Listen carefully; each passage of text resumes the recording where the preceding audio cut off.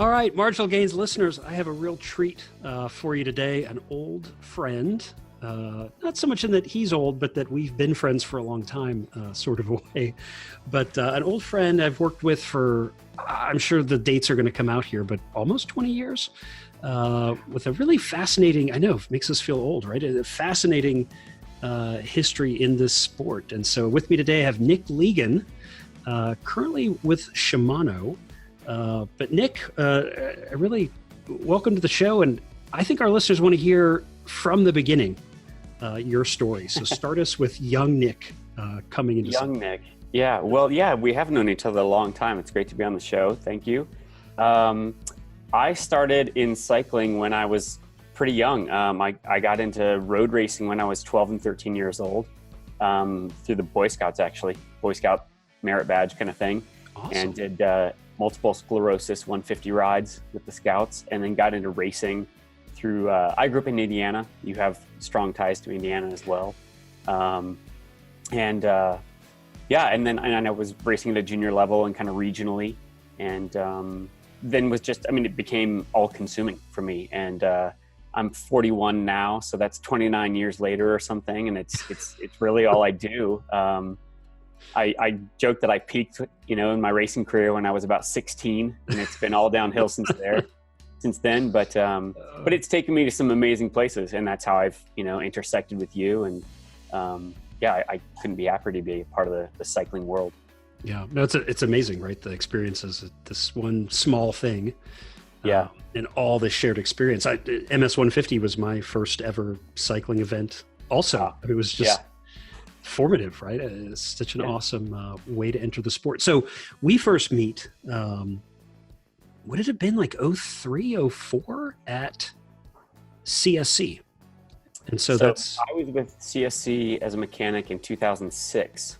Oh, six. When I started there. So I started my pro mechanic career in 2004 with a little team called Photo, which became like Lombardi Sports and Kodak Sierra Nevada, stuff like that. And then did a year with HealthNet full time, and then leapt from kind of the best team in North America to the best team in the world, and felt very quickly out of my depth and just swam like nobody's tomorrow to stay afloat. But met you at CSC then, and I was based in Europe and working there. So awesome. Okay, so we have to revise. It's like 15 years. Yeah, but not 20. It feels like 20. I feel less old now. No, actually, I don't. Oh God! Well, and so you land at CSC, which I've talked about on the show before. Just holds the most special place in my heart. Of all the teams I've ever worked with, there was just something there that was so different. Absolutely, the morale of that team was. I don't know if my boss doesn't want to hear this, but I'm not sure I've ever worked harder. And maybe that was because I was out of my depth. There was a learning curve to overcome, but there was just such an incredible morale on that team. Everyone was just so well aligned as to our purpose, what we were there to do. And it was a special team. There's no doubt about it. Yeah, no, I often think really fondly of those days and the team camps.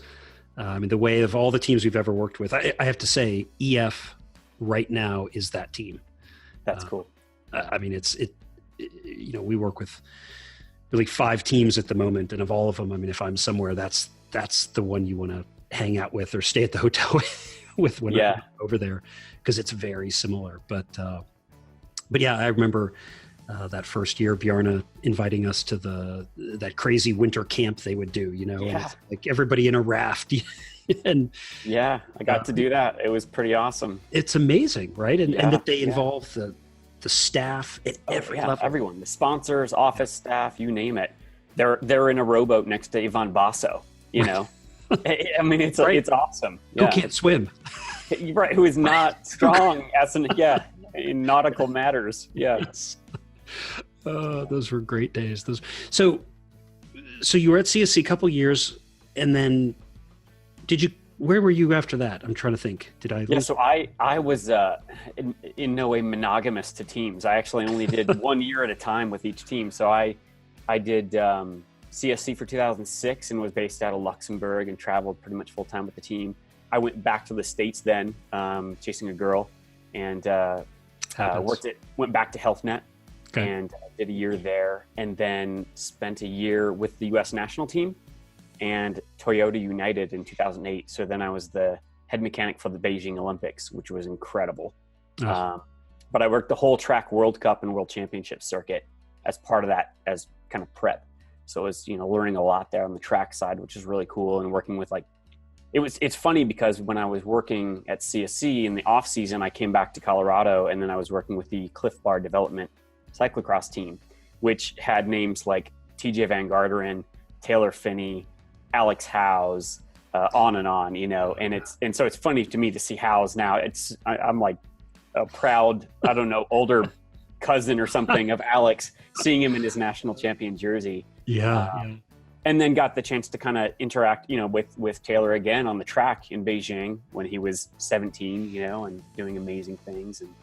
And then 2009, I was with Garmin, based back in Europe. So working with Vaughters and the one of the previous generations of EF. And then spent my last I actually, at the end of that season, thought, okay, I'm good. I'm done. I've done what I wanted to do here. But I'd never worked the Tour de France. And I worked Worlds and the Olympics and a lot of things that were kind of on my to-do list. And then I had started a service-oriented bike shop in Boulder with another pro mechanic called the Service Course. And at one point then, Alex Wassman called me from SRAM and said, hey, you're going to get a call from Johan Brunio. And I was kind of like, well, why on earth would Johan be calling me? I had no previous connection with him. And then my last year as a pro mechanic was with Lance and Radio Shack, and worked the tour. And that's right. Pretty, again, like another kind of like, buckle up, let's do this.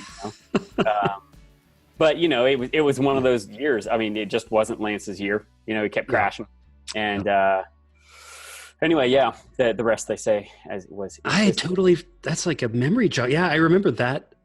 Alex and I ended up at the team hotel, if you remember this, like the day before the prologue.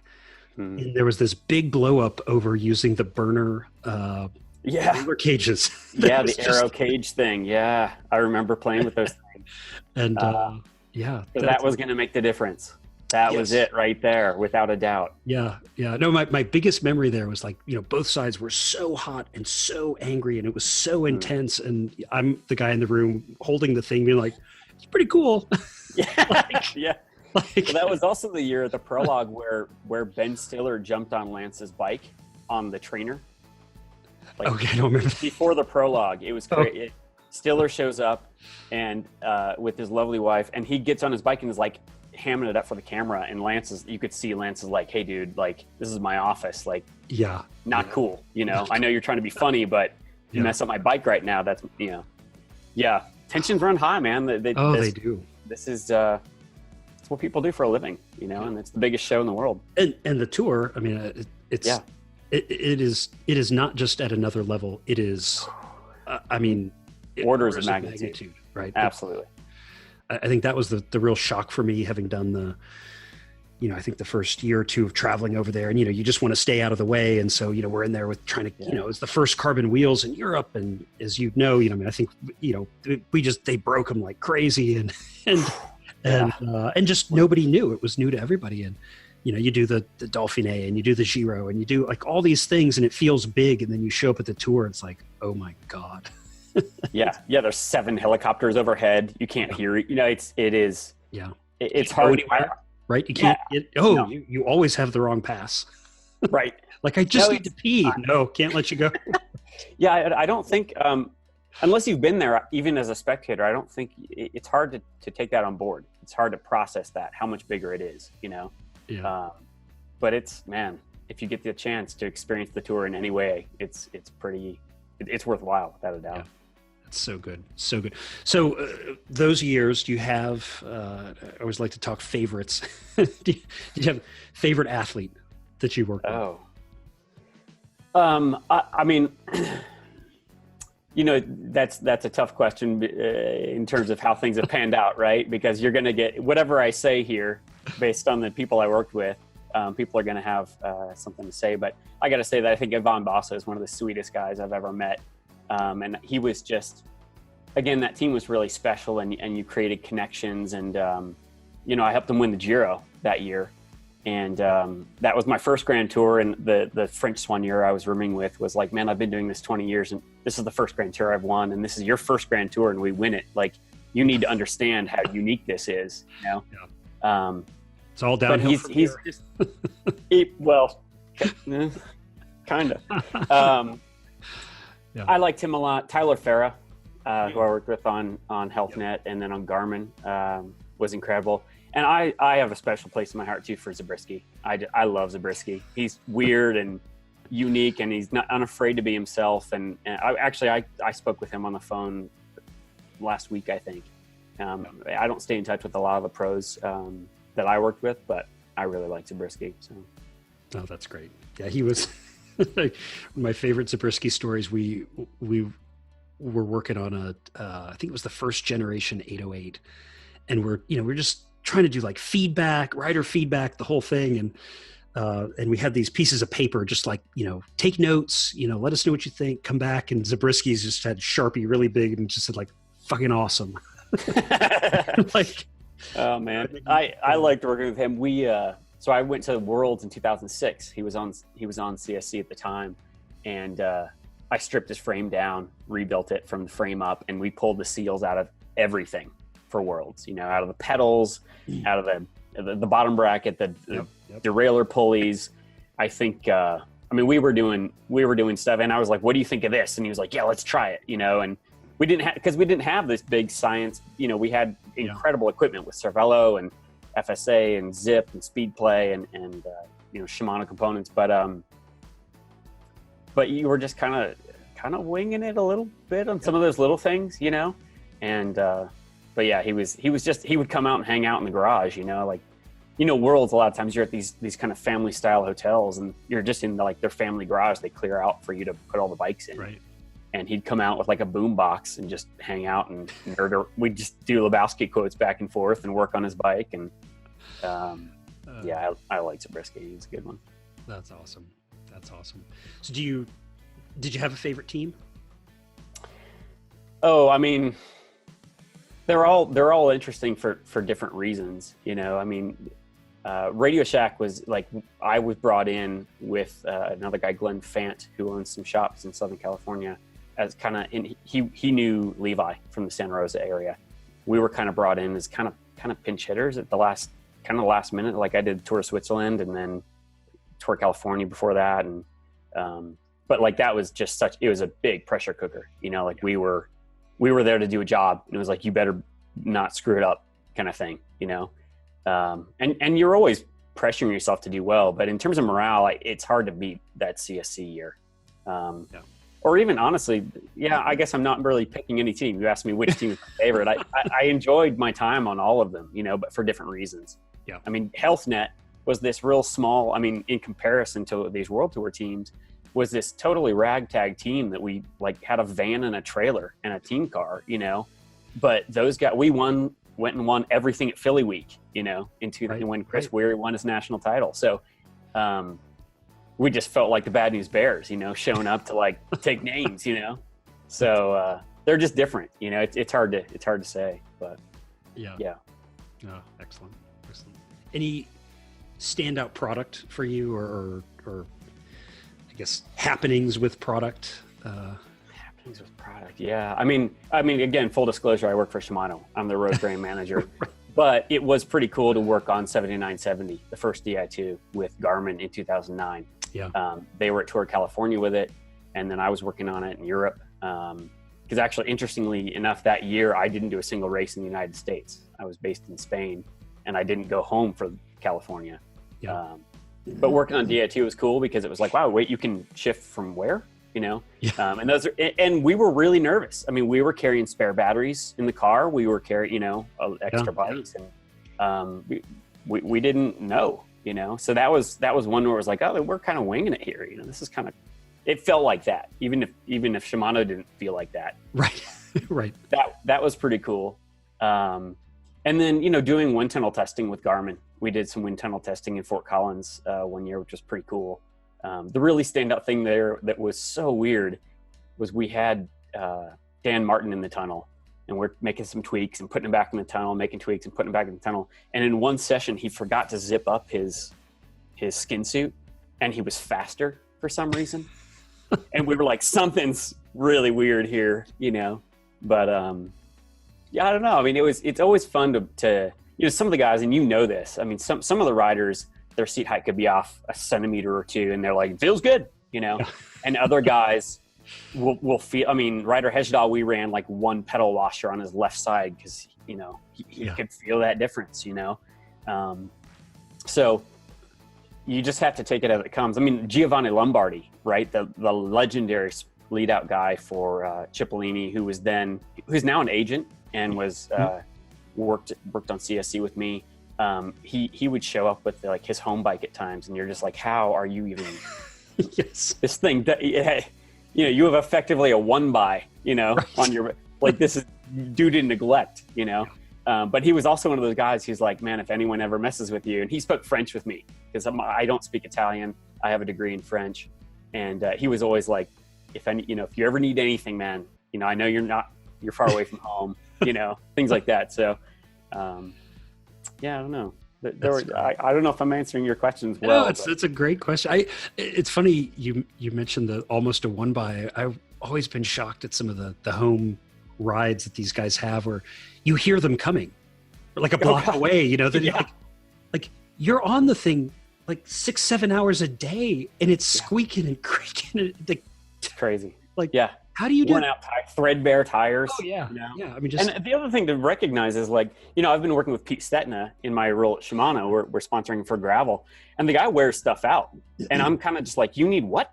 I just sent you the thing, but they ride that much too, you know?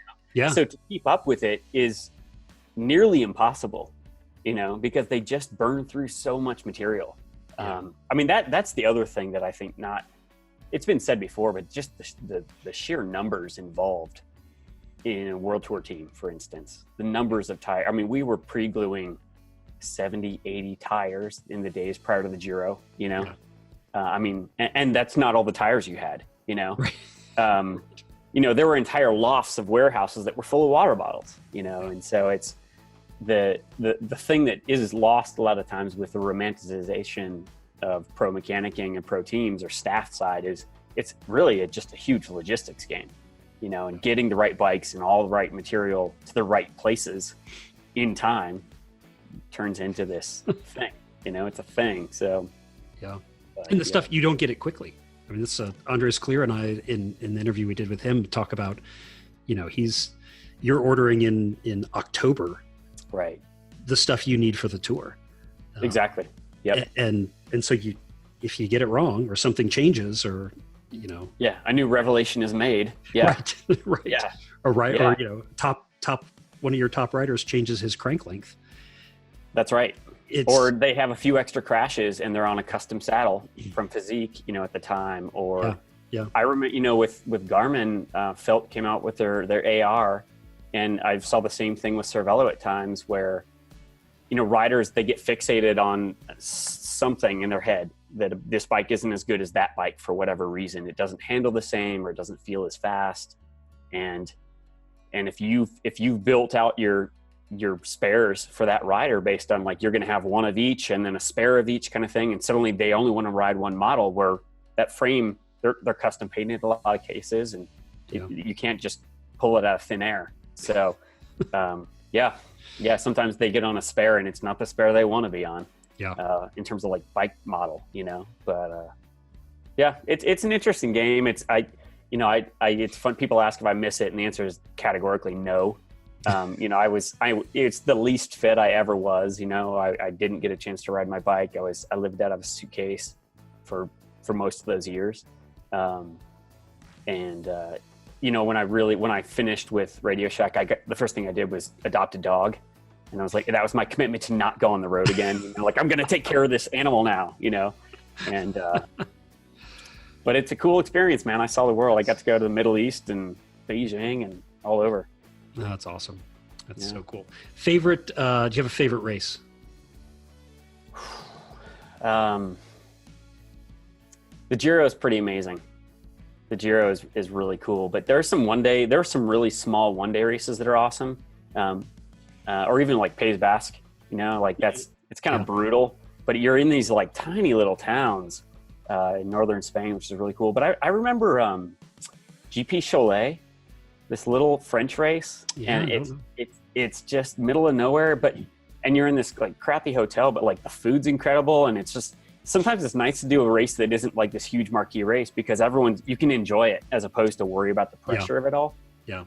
And those are important for the riders as well. They can go kind of race, I don't want to say stupidly, but they can take risks that they wouldn't normally take in a bigger race. So, yeah. Good for the morale. I like it. Exactly. You can just be, yucking it up. Awesome. So you adopt a dog to prevent yourself from going back on the road, which is a great strategy. Yeah. And where next? Well, as I mentioned, I started that service-oriented bike shop with Damian Shanks, who was a long-time TIA Craft and then Garmin mechanic. And he and I have been, sometimes roommates in Boulder. And we started this thing. I mean, we started actually with doing we'd pick up the bike. Like we had the garage codes to some pretty nice garages in Boulder for a while. And they'd say, yeah, here's what it needs. Go pick it up. We'd go do the work at our house on the back porch and then bring it back to them. And so we had zero overhead, and then we had all these connections through our work as team mechanics. So we were working with a lot of top athletes too, because sometimes shops will look down their nose when a sponsored athlete brings in product, And we were like, we don't care where the parts come from. We give us money to put it on, Right. We made a whole lot of money gluing tubulars, a whole lot of money. And then eventually we got a space. And then I got a call. I had actually helped a shop here in Boulder kind of open a second location and was doing just volunteering some time at a local school doing a safety check on bikes. And one of the kids there, his father was Ben Delaney, who was at Velo News. And it turned out Ben lived like down the block from me and Damo. And Ben was like, hey, let's grab a beer, and I'd love for you to write for Velo News, like do an article or two. Yeah.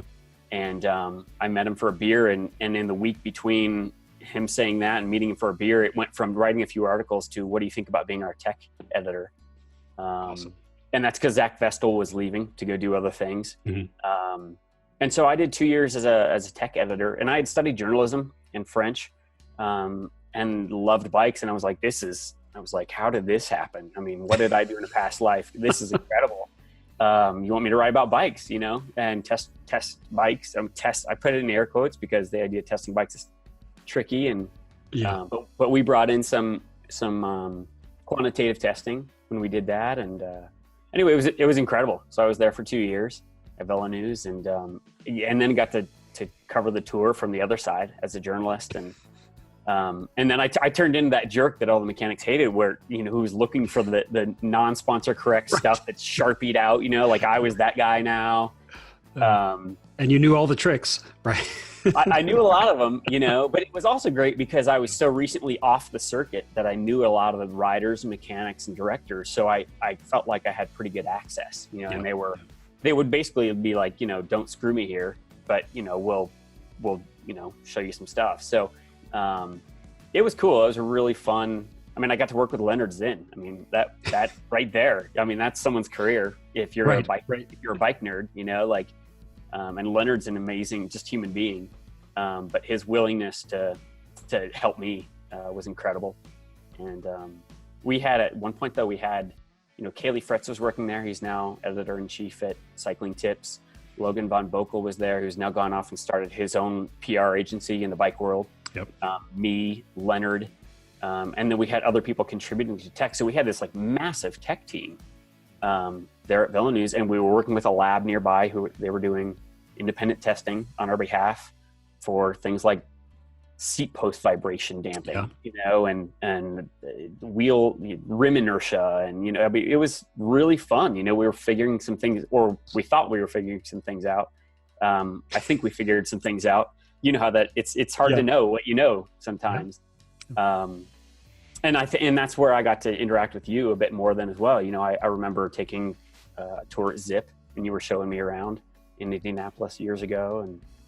And So that was super cool to cover not only the racing, but then the tech side. And I had a column, which was a lot of fun, where I could talk about how I liked riding bikes, which was actually kind of non-competitive or more adventure oriented. And then this whole gravel thing happened. You know, it was at Velo News where I was in. We had, and it's old school, man. Like, I don't know. I hope this still happens, but we literally had like a conference room where all the editors got into a room, and we lobbed ideas out. It's just like a news, you know, it feels like a Dustin Hoffman movie, you know? And I was like, this is incredible. Like and we were all like pushing each other to do something better and more exciting, more interesting. And one of the ideas that I lobbed out was, I heard about this weird gravel race in Kansas that is stupid long. And Delaney was like, well, go do it. And, and here we are. Yeah. You know, and it's one of those things where I was used to like flying to Mallorca for trek launches, you know, and instead I was going to Kansas and sleeping on like SILCA helped me out. And they were like, well, we can put you up at the guest house and you can share a floor with our head of sales and marketing, you know, who became like one of my best friends. And then the gravel thing that just became this huge new puzzle to figure out though, you know, like not that road is figured out, but it's, you know, we understand now that pretty clearly that aero trumps weight. We know, you know, rolling resistance matters. We know how to make a fast chain, although you've got some things that are making them even faster still. But gravel became this whole new, question to try to answer. And so since then, which is 2011, I think was my first one, I've been pretty full gas into that scene. So, and it's been amazing. Yeah. Yeah. So it's funny. I mean, the first two data points I really ever had with gravel were you mentioning it and introducing me to Kevin Harvey. Oh yeah. Who I remember, you know, showing, who's a builder who was here in Indianapolis. He's now works for Apple out in California, but just bought a house in the Santa Cruz Mountains. Yeah, I saw the pictures. Are amazing. My God. Yeah. But you guys showing me this gravel bike he was building, I think for you, that was just, it completely blew my mind. It was a mixture of what the hell is this and what do you do with it? And you had like the lights were integrated and it was cool. The coolest. It was like the coolest vintage randonneuring bike I'd ever seen, except it was modern and high tech. And then it was like, well, where are you riding it? I mean, And Kevin, just to interject, Kevin is an amazing craftsman, garage engineer. So his background, for listeners who probably, his bike brand, Harvey Cycle Works, was pretty short-lived because he was working for Andretti Autosport, running the machine shop for their rallycross and IndyCar teams, and then got lured away by Apple, and he's working there doing stuff he can't talk about. But his machining acumen and his creativity, and he made this, we kind of concepted up this bike for like self-contained, self-supported, ultra rando dirt thing. And it won him best new builder. I love that even now you don't really have a word for it. Well, if you look back at that bike, so that bike wasn't actually specifically for me. He was like bouncing ideas. I was bouncing ideas off of him. And he made me something very similar to it. It's still in my garage. Same color even. Okay. And I was thinking about I was coming at it from this like bike packing, gravel and bike packing for me have been inextricably linked because I met a guy named Joe Miser who still works at SILCA. He's an engineer there who had done Dirty Kansas. He'd done Tour Divide. He'd done all these, again, like super fringe events. And I got this idea in my head that the low trail geometry of a rando bike might be really, because it's made to carry a front load, might be really great for bike packing.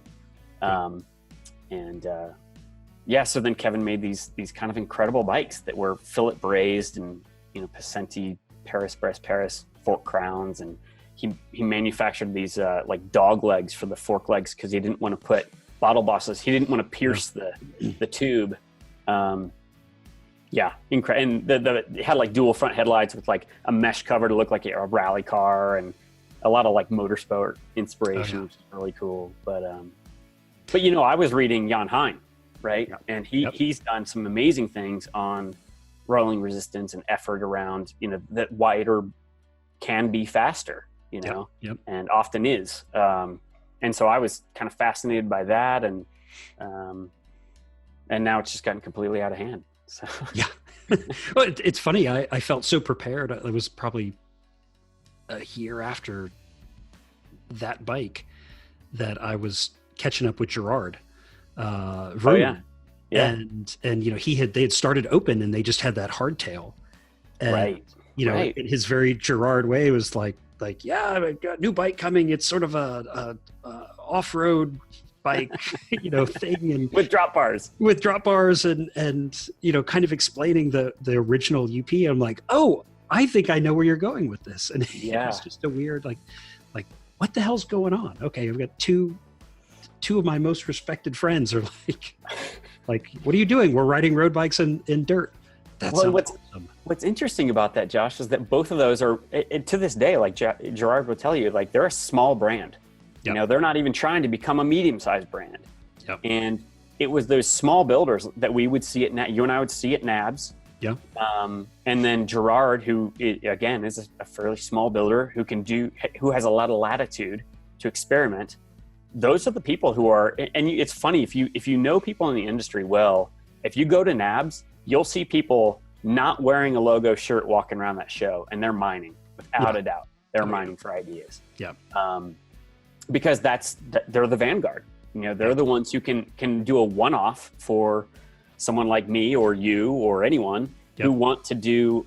I want an integrated bike packing bike with a 1x1051. You know what I mean? They can make these Franken bikes,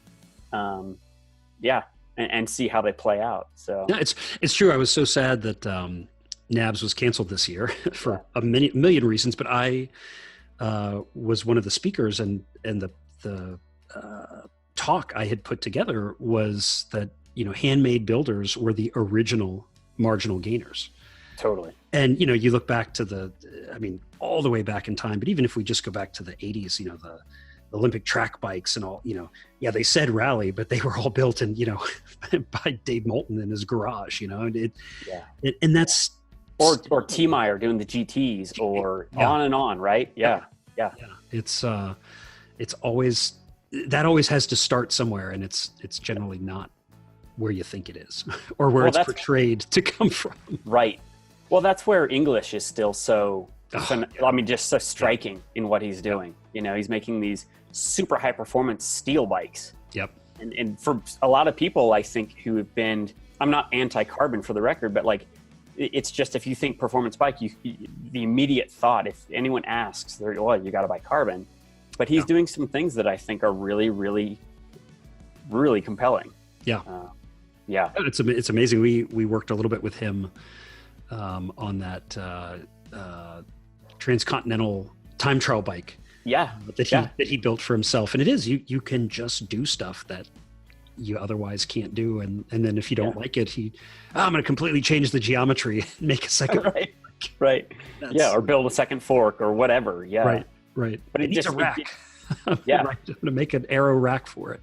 But what he's doing in terms of integration, because it's interesting. I was watching some little documentary on like ultra running, because you can find inspiration on all over the place. But it struck me that, you know, like a time trial, a skin suit with the integrated pocket, no pins, you know, what they've done is that they've thought about what the entire package is on race day, you know, and instead of doing everything except that thing that everyone has to put on before they go race. And that's what English was doing with those integrated, you know, hydration and packs that instead of putting them on as almost an afterthought that, oh, right, I have to carry all this stuff to go where I'm going, I can actually use that stuff to make me faster. And that's pretty awesome. You know, I mean, Jan has done that too. Heine, wind tunnel testing with rando bags, you know? So yeah. Oh, there's one of the dogs. Oh, yeah. So it's interesting to see. And it's funny because people, you know, we get some of that those comments at Shimano, like, why aren't you guys making this, or why aren't you making that? And the answer is because we have to be able to make a whole lot of them and sell them, because of the size and the international staff that we have, right? English has a staff of, as far as I know, one. Yeah. Right. So that's different. So. Yeah, no, it's, so I guess that's a good segue into moving on. You coming out of, I think in your career, we were leaving off at Velo News and then service course. And then did you go from service course into Shimano? So I actually stopped, I like divested from the service course because it was just too much to do Velo News and the service course at the same time. And then I actually took a job with a PR agency called Dispatch, which is still actually the agency of record for Shimano, and worked there for a few years, I think 3. And then I actually went back to the editorial side and did 2 more years as an editor with Adventure Cyclist magazine. So the member magazine for the Adventure Cycling Association, and then freelanced on top of that. And it was the freelance stuff then where I could play around with like 12-hour time trials and writing about it for Bike Radar, you know. And had a great editor in chief, Alex Strickland at Adventure Cyclist, who was just kind of like, just be cool, you know, like if it's product that you should review for Adventure Cyclist for touring purposes, do it for us. And if it's for someone else, you know, go review it for them. Yeah. And so I was getting more and more. I'd raced Tour Divide then, the bike packing race from Canada to Mexico a few times, and got into like 12-hour time, like road time trials in kind of the RAM. See, I'm not interested in RAM personally, but showing up to that, which is a RAM qualifier. They do the 612 and the 24-hour World Time Trail Championships in Borrego Springs, California. And got to write about that 2 times for Bike Radar. And so I was doing all that and kind of contracting, freelancing, and then the guy who became my boss, Dustin Brady at Shimano, had been in touch, and we were talking about some ideas around gravel and stuff. And anyway, the conversation turned into a job eventually, which is how a lot of things happen. Yep. And now I've been with Shimano as the road brand manager for just over a year, and it's been a lot of fun. We got to launch GRX, the world's first dedicated gravel group, which is pretty cool. And it's been a lot of fun. Yeah, that's awesome. It's funny, you know, all the people that I talk to in this interview series, you know, I get asked all the time, how do you get into the industry? You know, I want to be in the industry. I want to work for, and it's everybody has such similar stories of you just do it. In a lot of cases, it's like, I was just doing it already. And then eventually somebody noticed and said, you need to do that for me. Yeah, exactly. I mean, my in was through bike shops. I started at shops when I was 15, working part-time, and then worked in a shop all through college, you know, except for, I did a year abroad and I wasn't able to work then, but the shop thing. And then I got a job at Pro Peloton in Boulder, and that's how I started meeting pros. You know, that's when like Christian Van de Velde and Michael Berry and a lot of the Hank Vogels was in Boulder at the time, and just a lot of these guys that were around, and then that's how the mechanic thing can, and it just you just build one on top of the next, you know, and you just saying hello is a good start, right? I mean, that's how things happen. So yeah, absolutely. And sometimes it's one of those funny things where as a mechanic, I got really, once you get to a certain point, you should never kind of do it for free in a way, but to get to that point, you have to do it for free. Yeah. Kind of, you know, or volunteer or pitch in or help out. And I don't mean to say that to be less than generous, but, you know, it's also important for mechanics. For instance, you know, I heard some deals where guys were just like, I'll sleep in the team trailer. And I was like, well, no, that's not being a pro mechanic. That's being a lackey, you know? Yeah. But anyway, that's not really the point. The point is that, you just kind of make yourself available, you know? I mean, I did some things that for instance, 2005 with HealthNet, I didn't have a full-time contract with them. And they had basically the Canadian mechanic who was going to be the head mechanic, and I was going to be his assistant. He kind of ran into issues at the border, you know? And it suddenly went from I had 2 weeks to do something to I had 2 days to do, you know, prep all this stuff for a season on the road. And you just got to wing it, you do it, right? Right. But yeah. I do love the pressure of those situations, right? Where you really somehow do just usually find the way to make it happen. And it's not always pretty, but it happens. And but I think it's easy for people to forget that without constraints or without pressure, we can't actually expand. We can't grow. You need that to force you to work harder, to learn faster, we need pressure. Yeah. I think we all talk about like de-stressing our lives on and on and on. And that's good for your health. Don't get me wrong. But I think it's also important to recognize that if you aren't challenging yourself, then you're not growing either, intellectually or otherwise.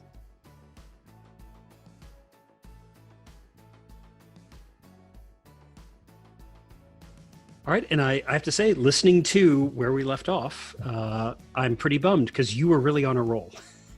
Well, I had coffee. It was awesome. Again. I mean, you were talking about pressure making people grow, and reaching beyond yourself. And then you talked a little bit about not doing it for free, but making yourself available, and then silence. Yeah. So, wow, where should we take that? I don't know. I was so inspired. So I think. I'm trying to think of a way to keep you coming back for more, Josh. That's right. I keep you coming back for more. It's all part of your plan. Yeah. It is true, though. I mean, I'm sure you've experienced it in your life that without constraints, without bumpers, that's what makes innovation occur. If we can go anywhere with something, it can be hard even to start in a direction, because the guidelines, the constraints of your life, of your sport, of whatever the case may be, they point you in a direction and or put you on a trajectory, and amazing things can come from that. Or you can sit around and complain about it. But if we're here to try to perform professionally, athletically, personally, etc., we have to continue to challenge ourselves. So, I mean, you've done that.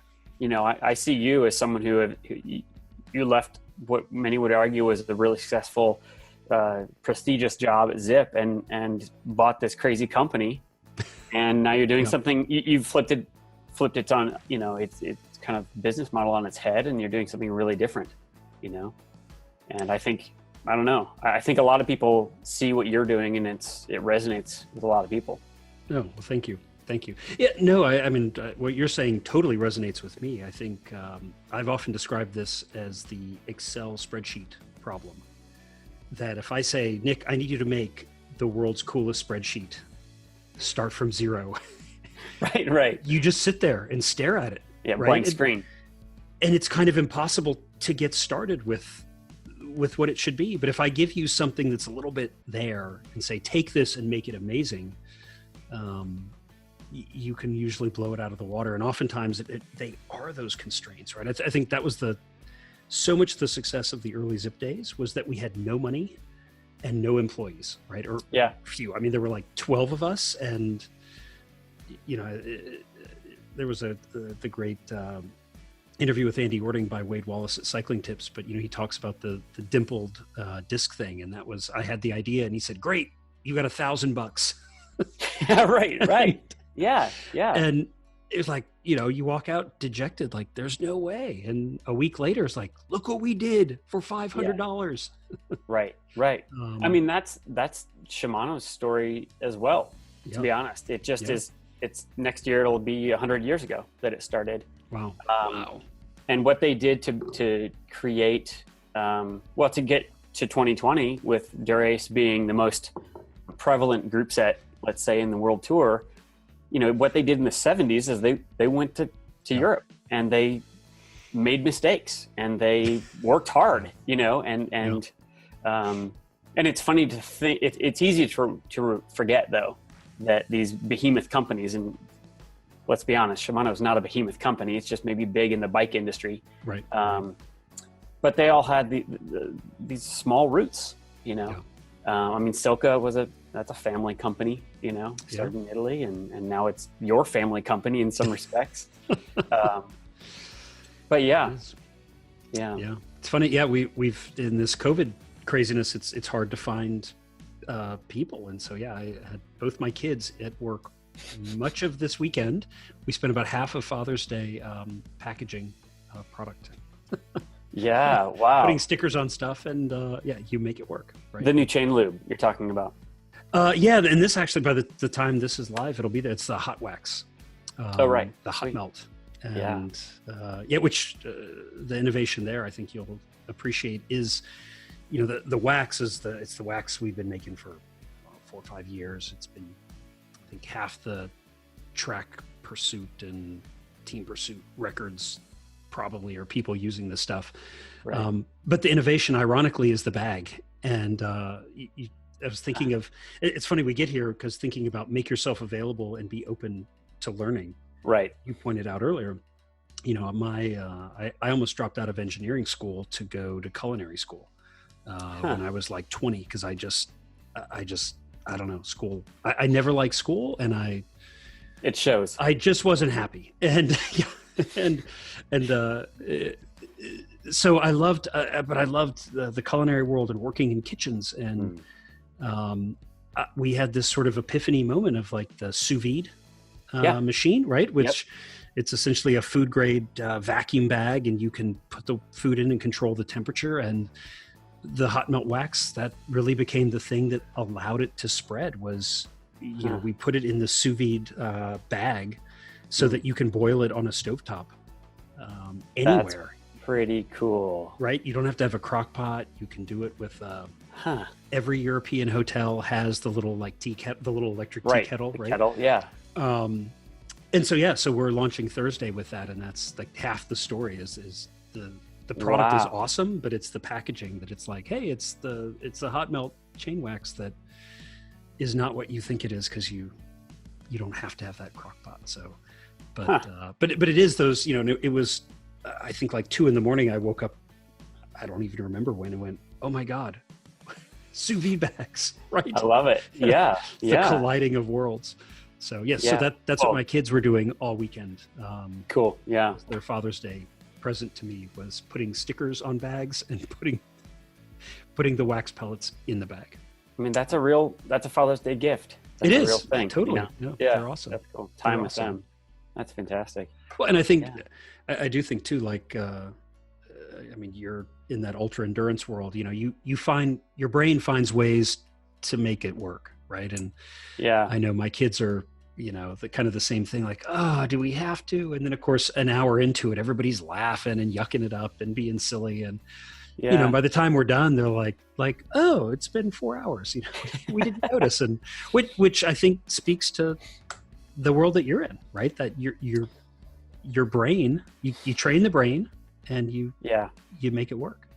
It's so powerful, the mental side of life, but certain of the ultra scene is that I would argue that, I mean, I'm gifted with an able body, you know, but I'm not a gifted able body, if you will.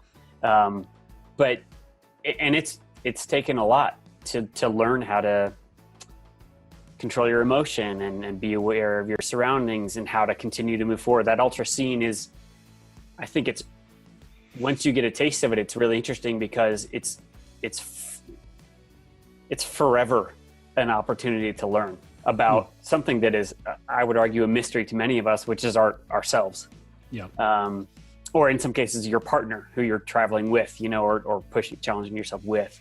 The ultra scene is, and we're kind of ranging all over with this conversation, but it is interesting in that respect. And it's been really interesting to see elite athletes in the cycling realm kind of start to move into that side of things, where, if we're honest, I mean, the Tour de France is a really hard event, and you know, single day racing professionally is exceptionally difficult, but it's a different difficult than ultra. And to see these guys, to see Lachlan doing 2 now Everest attempts, right? To see, you know, Phil Guyman, a lot of these guys going out and they're riding events that are many times longer than their average event. And it's been interesting because sometimes you see them making real mistakes.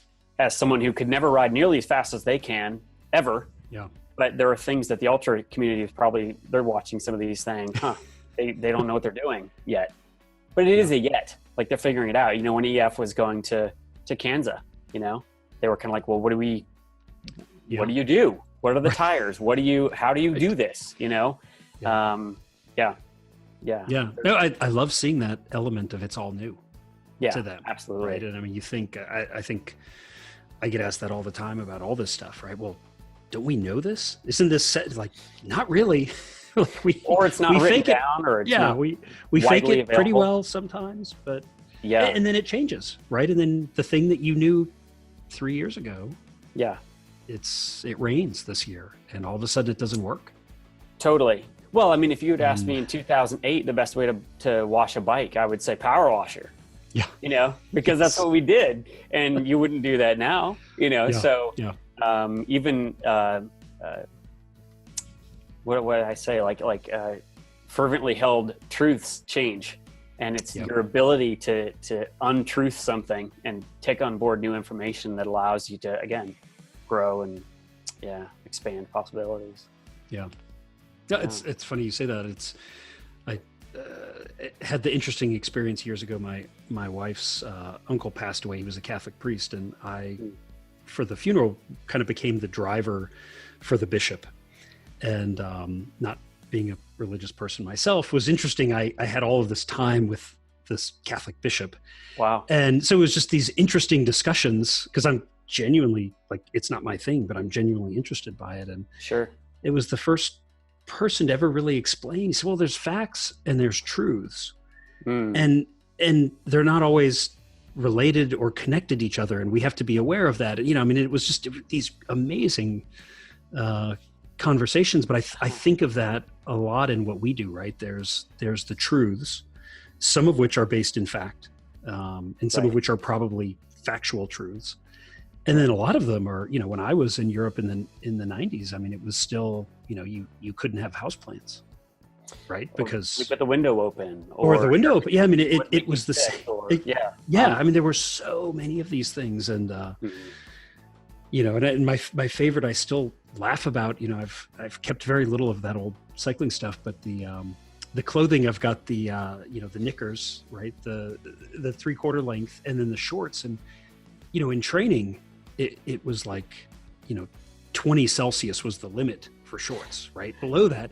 But then you'd go to race and it would be like 6 degrees Celsius, and they're like, oh, only shorts, right? Like, right. Yeah, how does that make sense? What? Oh, you put the cream on, it looks bad for the sponsors, only shorts, you know? Like, yeah. You spent all month telling me I'm going to ruin my knees. What do you think? I mean, for me, there was kind of a watershed moment, though, with what is now Ineos, like Team Sky. You know, they to me brought this really, and I don't want to give them all the credit, because these things happen. I mean, that's the tipping point, right? Like, things happen gradually, and then suddenly it's like, oh, wow, watershed moment, and we're all doing this now. But how have you seen that as it's changed in road cycling, for instance? That it's become more scientific, it's become more... Yeah. So, you know, the technical director at Ineos is Karsten, who we both know from CSC. And I think that's widely known in cycling, but maybe not for our listeners. I really see what they've, you know, Dave Brailsford and Karsten have put together is really sort of the CSC model on, you know, steroids, right? Sort of terrible phrasing for this, but yeah, it's at a next level. But I also, what I see them do so well, and not many teams do this well, is sell the tech to the riders to get that mental component. You know, right. I think Andres Clear at EF is probably the other best person I can think of at doing this, where is, you know, if I bring something into the team and I say, this is the fastest, you know, whatever frame or crankset, or, I mean, this is the best thing in the world, and you're going to use it, they're going to initially be probably 80-90% against it. And there's a lot of skepticism. They've been burned so many times before, right? You tell me to do this, you tell me to wear that, it gives me blisters, it does. I mean, the history, I think, for the riders is that a lot of this tech marginal gain stuff is not always real. Mm-hmm. So you need to sell it to them to get over that mental piece. And I think, I certainly in my career, I've come to believe that you're probably better to have the 1% less good technology that the rider truly believes is the best than to have the 1% better technology that the rider is terrified of. Right? Or because you've seen it that, these guys, if they don't believe it works, they get dropped on the descent, or they don't want to train with it. And then when they haven't trained with it and then they go race with it, something happens and then they feel totally justified in right. Self-fulfilling prophecy. Exactly. Yeah, exactly. So I think a lot of the Ineos Sky gains have come, I would say, as much from the mental side as the true technological marginal gain side. Well, the mental side that's actually, I don't want to say it's unexplored, because people have done a lot of work in that field, in that area of sports psychology, et cetera. But that's a huge X factor for a lot of athletes and a lot of teams that isn't explored beyond kind of camaraderie, for instance. It's easy to get quantifiable about material, about gear. Right. But there are huge gains. Some of the most amazing people we see doing any sport, they have this just confidence. They know they can go be better than anyone else. And sometimes that's misguided. Sometimes that leads to other things in their personal lives. But the mental side, it is true. It's maybe corny to say, but the Leadville founder, his recurring speech is, you can do so much more than you think you can. And all you have to do is believe. And honestly, as someone who, I coach a few athletes, my wife has a coaching business. A lot of what we do is we're prescribing workouts, but we're also creating self-belief through conversation, but also that's what training is. It's as much mental as it is physical. And it's knowing that you can maintain this effort for a period of time. The mental side is it's not as sexy to talk about because it requires hard work and real focus and dedication, but there's nothing marginal about the gain you can make there if you have confidence problem. And so it's like, wax your chain. That's great. You should absolutely do that. But what you should really do is work on yourself a little bit too, Yeah. Well, I think it kind of, once that door is opened, you don't close it, right? Once you've looked in there, and I think Lachlan is such an amazing example of this. The guy did 2 Everestings a week apart. Yeah. Right. And after the first one he did after a pretty heavy training block. Almost on a whim. Kind of on a whim. Yeah. And so I think, he's somebody to talk to. It's just amazing. He's just got this, of course I can go that deep. I've done it. He's opened more doors than the rest of us probably exist. Totally. To know that he can do it. And and that's, I don't know exactly who to credit on EF specifically. It's probably a team that's responsible, but the alternative calendar they've put together has allowed their athletes who've taken part in it to approach things differently and to explore those places that they wouldn't be able to go physically and mentally before. What Lachlan has done Lachlan is unique, there's no doubt, but there are a lot of people who can do what he's doing. They just would never have the gumption or the support to try. Totally. I would argue. I would agree. There's probably a lot of people out there who could do it that don't know it. Absolutely. Yeah. Well, and I think that's so EF is so impressive to me. So, the management of that team comes from the EF organization. So, Mary Wittenberg, in charge of things. She comes from education and business, and they have filled that team with people from education and business. And so when you're there and you're with them, it's, if you've read the book, and I can't pull the author's name out of my head at the moment, but Growth Mindset, right? That is that team, right? And I think it comes from that world of education where, of course you can learn to do that. Of course you can learn to speak French, or plenty of other people have. It's just like them. It's like it's not impossible. It just takes work, and Right. you just have to commit, and you just have to do it. And so I think from the moment we kind of signed on with them or got connected with them, I was blown away by just how different really everything is with that team. And I think it's that. I really think it's probably twofold. It's tons of female leadership, which I think just brings a really unique perspective. Yeah. I think of like Mary and Allie, and I mean, a lot of it's very strong, intelligent women leaders that I think just bring a different perspective. But I think also that educational growth mindset, it's really tackling everything as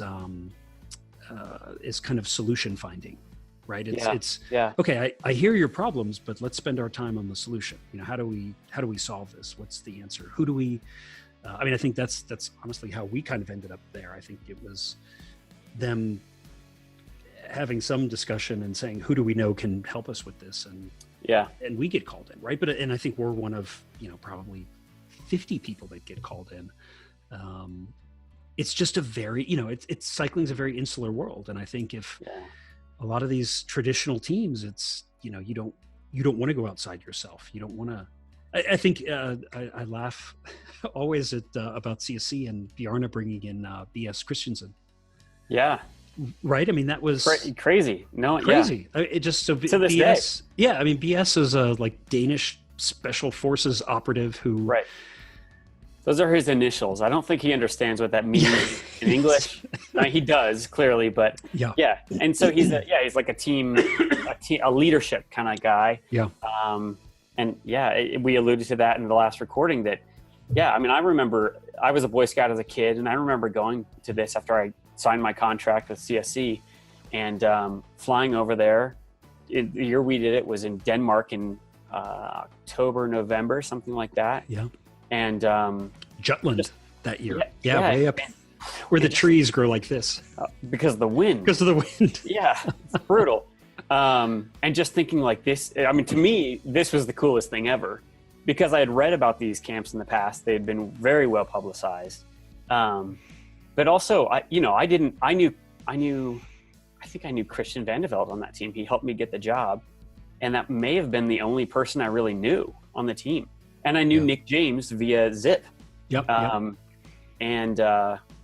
Anyway, we left that very much. It was incredible. We left that hungover, tired, etc. but as a team, and it was pretty.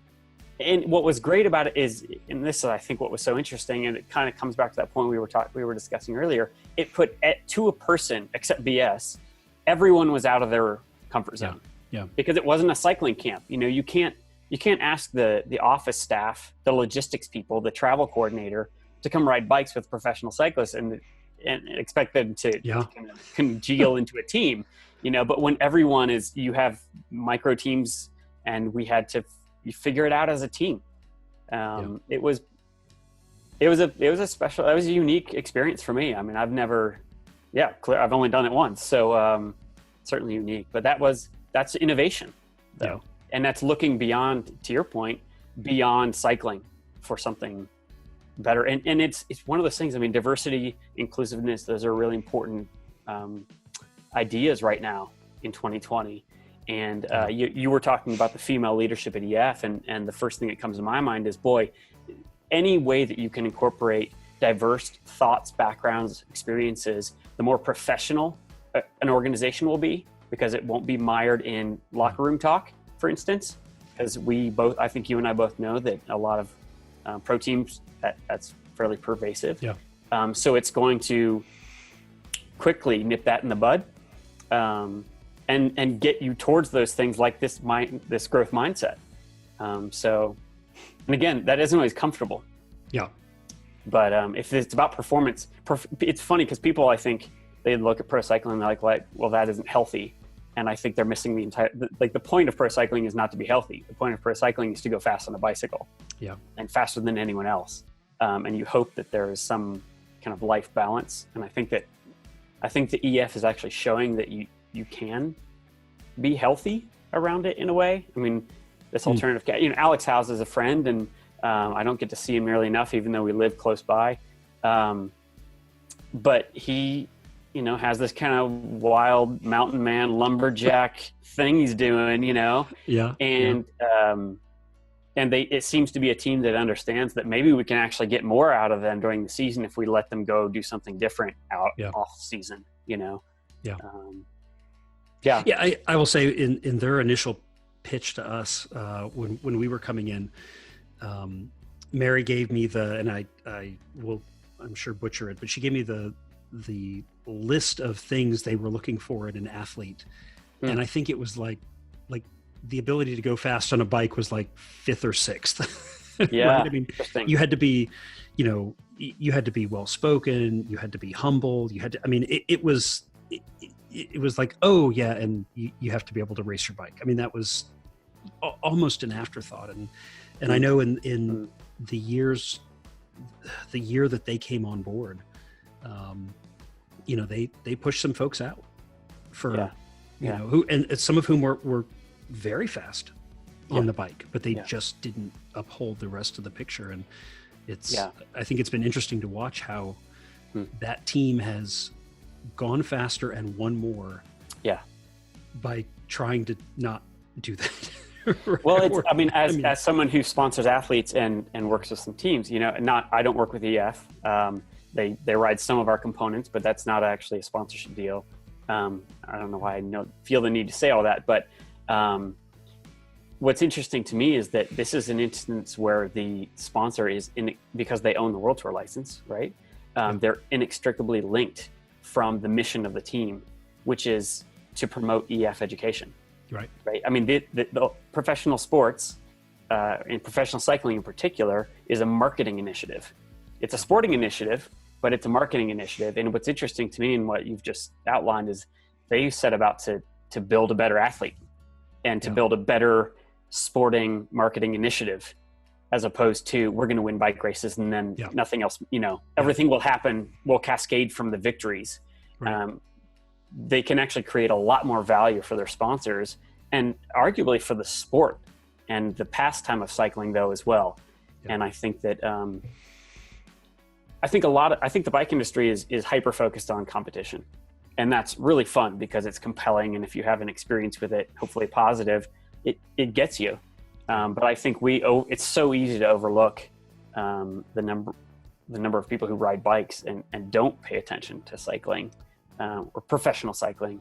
And that team seems to me that they're creating ambassadors for bicycles, as opposed to just ambassadors for professional road cycling. No, that's an excellent point. Yeah. Yeah. And I think what's fun there is that they've done that and then they started to win a lot. Well, right. Which like, wait a minute, have we been doing this wrong? They've got a great mission, right? Yeah. It's a great group. So talk to me. So I think we had touched on before, you were kind of my first sight of gravel, you and Kevin Harvey, which was news to me. I'm kind of flattered. Oh yeah. No, to learn that. Totally. I think I truly, in my mind, I think it was you. And then within some months of that, Gerard. Interesting. And that was my sort of 2 data points. That's the only time in my life I'll ever be ahead of the curve versus Gerard, I think. So I'll take it. That's great. Yeah. It's probably good in most areas though. So gravel came into my life, as I mentioned, at Velo News and Dirty Kansas. And then it just kind of became all consuming for me, just like I think it did for a lot of people. Yeah. And it was interesting to me, we've just been talking about personal growth, mental and physical, but it was also technologically really, especially in 2011. And I wasn't one of the earliest people to ride gravel, or the common, what should I say, the modern version of gravel. Yeah. I mean, you know the history as well as anyone, that the original form of bicycle riding was gravel, because paved roads didn't exist. Because that's what we had. Yeah. That's all there was. I mean, that's actually an interesting story, is that the League of American Wheelmen, now the League of American Bicyclists, their initial kind of marching orders were to advocate for road improvements. And they helped pave the world, or certainly North America. And of course, now we're We get upset when they pave our local dirt roads because we want to go ride them. Right. But yeah, and gravel's been so cool. It's neat to see it. I mean, it's one of those funny things. I keep asking myself, when are we going to see peak gravel? And I don't know if we're there, but we're certainly getting close, it would seem, because it's churned and churned and churned towards this explosion of these bikes that create an amazing versatility for their user, which I think is cool, as opposed to, I think it's easy to see it as a segmentation of drop bar bikes, but I would argue that particular segmentation actually funnels and opens wider as opposed to narrower. If you compare it to a time trial bike, for instance, which is just a subset of a subset of a subset kind of thing. Right. I would advocate that today's gravel bike is the future road bike. Yeah, I would agree. And I think for a couple of reasons. I think you've got the ability to run multiple wheel sets, right? I mean, this was through Gerard with the first Open, and saying like, in his very Gerard way, like, oh yes, I can put mountain bike wheels on it. I can put 650 by 47, or I can put road wheels on it. You're like, damn. Wait, what? So one bike, 3 wheel sets, 3 bikes. Yeah. Oh, yeah. I mean, game changer, right? It is pretty cool. And of course, none of that could have happened without disc brakes. Yes. Disc brakes is what 100%. Opened the door to this whole thing, drop bar disc brakes. So yeah, I mean, we had disc brakes, and that's the funny thing is a lot of people, they'll discuss gravel cycling as the mountain biking of the 80s or 90s, just come again. And I would argue not even remotely. Yeah. Because if you ask me to go do gravel worlds on a 1990s mountain bike, I'm going to be pretty unhappy because the brakes are horrible and there's on and on. The suspension is, we don't have tubeless. So we've had all these interesting, gravel is built on the back of disc brakes and tubeless tires, I would argue. Yeah. And it's what makes it amazing, Well, and the flexibility, I think, having, worked in bike shops through the 90s to see the mountain bike boom and then the bust, right? I mean, when it all fell apart and it really, there was all this momentum, and then there was this thing of kind of everybody everywhere buying a mountain bike and then looking around and going, well, now I need a bike rack so I can put it on my car to drive 30 or 40 minutes to ride it. Yeah. And what feels so different about this is you have this versatility of like, well, I can get on this thing and ride it 30 minutes to ride some epic gravel. And if I happen to find some single track, I can ride that too. And if I get lost, that's fine. And then I'll ride home. Yeah. Well, it doesn't have the same infrastructure limiter that mountain biking does, and I love mountain biking too, but it takes a lot of work to get access to and then construct trails. And I think that it's no news to any of your listeners that road cycling has its inherent dangers. Other road users, many of them in automobiles and trucks, etc. And that's where gravel hits this amazing middle ground where you can go ride it's the road less traveled. You can, it has to me a long future, a bright future. So, and that's why I wrote a book, gravel cycling. Oh, that's right. We have to plug your book. I wrote a book. Everybody wrote a book. Yeah. It was actually a lot of fun. I did it with Velo Press. And it's all about, riding gravel bikes and bike packing. And it was really cool. I got to highlight, and I got to speak to and interview some of my heroes like John Stamstead and, I mean, just really cool stuff, So yeah, that was a lot of fun. And what's interesting is I talk about gravel as it's the gateway drug to bike packing for a lot of people, So I think they start thinking like, well, if I could just carry some stuff and go sleep over there, I could keep going. You can, we all know how limiting a loop can be, a day loop. And so then you start asking these questions about how far can I go? And that's what led me to Tour Divide and these other ultra events that I don't recommend. I mean, go bike touring. I recommend bike touring, but ultra racing is just, again, it's not about health. It's not about, it's about performance, But yeah, these are bikes that can be ridden fast. They can be ridden slow. And I love that about gravel bikes. I think it's really democratic, that these are bikes that are made Cervelo is a good example. When Cervelo started making head tube lengths that made sense for the people who were purchasing their bikes, and the pros had to use crazy negative stems, I was like, that's how it should be. Right. That's that's right. That's not the model. The other way around. Yeah. That exactly. And these, for the most part, most gravel bikes are built with the average user in mind, not the elite user in mind. And then I have to plug Shimano. That's what GRX is as well. It's built with the average user in mind. Our elites, to be honest, Pete Stetna, for instance, Amanda Nauman, they run our Darius cranks because they want bigger gears than GRX affords them. So it's very much built for me and you and the average rider in mind. And I think that's a really different approach for Shimano, certainly, but I think for a lot of other companies as well, that we're not going to make this halo incredible product that's for this very specific use as expensively as we can with performance. I mean, there's a reason, right? Like Darius is expensive because it performs. And GRX, we wanted it to be more attainable. Well, and you don't have to, you're not forced to hunt every last everything, right? I mean, I think, I think as people who work on bikes for a living and have really down in the trenches with it, a lot of the stuff that companies have to do to get that last 10 grams or that last whatever, I mean, what are they compromising? Yeah, there are compromises. Right. Absolutely. And certainly when you're the mechanic or on the technical side of things, I mean, you pay for it, right? There's a price to pay. Yeah.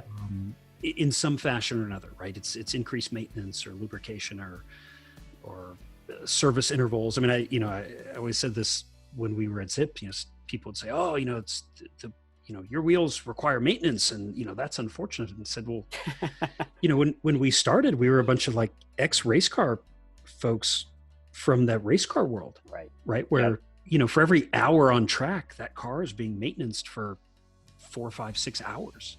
Yeah. And then all of a sudden you had the product. I mean, in the case of, I will never forget, kind of funny story, but in the Zip world, we had these guys call us from Belgium and they're like, yeah, we've been racing your wheels all year in cyclocross and we're starting to break them. And we all looked at each other and went, cyclocross? Right. like these are time trial wheels, man. Right. Like that's just dumb, Right, and you guys were probably happy to hear that they'd done so well, actually. Yeah. If he said, they almost lasted a season before you broke them. I think we looked at each other with like, I would have guessed they would have lasted one race, right? Or, yeah. That's just not how our minds worked. And it's funny. I'm thinking of Shimano. That's one of the things that's always impressed me, which is Shimano as a company, is the level of complexity of the products, right? When you take some of that stuff apart, the complexity is so high. As an engineer, I always look in there and go, wow, I don't know if I would have taken that on. Right? Yeah, absolutely. Just all the little but there's so many layers of like the durability and redundancy and it's no wonder what's the launch cycle there? I mean, it's like so many years, right? Like you get a new group, I don't know. It seems like it's forever, but or how they'll show the new Durace group in the Pro Peloton, 2 years before it's launched, right? Because you're just refining like every last little bit. Yeah. And then when the rest of us buy it, it just works. Well, and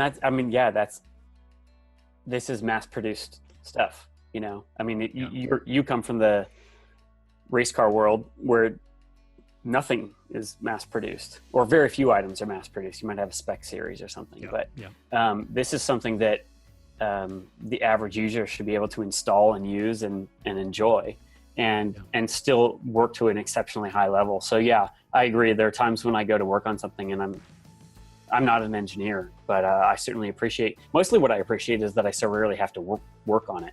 Yeah. And yet it seems to work at an exceptionally high level. Yeah. And honestly, I think that's where we're at in 2020 with bike tech and reliability, though, is that most companies need to be there for a product to be viable. But yeah, I think in many ways we set a bar for a lot of the industry. Shimano is a big company in this realm, and we don't take it lightly. There's a lot of work that goes into it. There's a lot of very smart people who are working on those things, and I just try to tell stories about it. But yeah, it's pretty cool. Awesome. Excellent. All right. Well, I guess we'll wrap it up right there. Everybody, Okay. Nick Legan, I mean, what a pleasure. Absolutely. No, it's always good to catch up, Josh. I appreciate you coming on. Well, huge thanks. And we look forward to doing it again soon. All right. Talk to you soon. Bye. Cheers.